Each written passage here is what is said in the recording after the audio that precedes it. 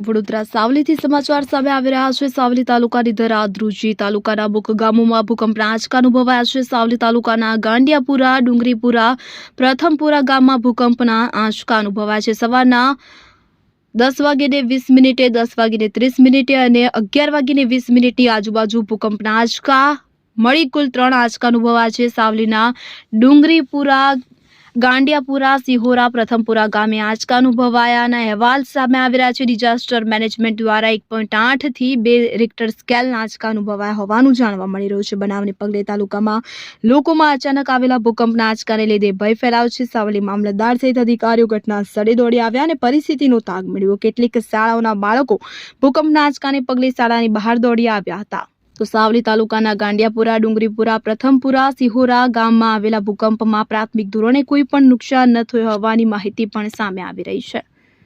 ઇમરાન મિર્ઝા, છોટાઉદેપુર। સાવલી તાલુકાના પ્રથમપુરા, સિહોરા, ડુંગરીપુરા અને ગાંડિયાપુરામાં ભૂકંપનો નજીવો આંચકો આવ્યો એવી પ્રાથમિક માહિતી મળતા ડિઝાસ્ટર મેનેજમેન્ટ અન્વયે તરત તાત્કાલિક 3 ગામોમાં અત્યારે મુલાકાત લઈ રહ્યા છે અને ગાંધીનગર પૂછાવતા ડિઝાસ્ટર મેનેજમેન્ટમાં પૂછાવતા 1.8 થી 2નો સ્કેલમાં નોંધાયેલો છે। આમાં કોઈ નુકસાન થયું નથી કે કોઈ જાનહાનિ થયેલ નથી।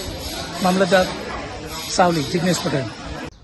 આજે સાહેબ 10:20 વાગે હું શાળામાં બાળકો નીચે બેઠા હતા, હું મારા ટેબલ પાસે ઊભો હતો। એ દરમિયાન ભૂકંપનો આંચકો આવ્યો। આખી નિશાનની ચારે દિવાલો હલવા માંડી, ટેબલ પણ હલવા માંડી। હું પણ સાહેબ બેલેન્સ ગુમાવી ચૂક્યો।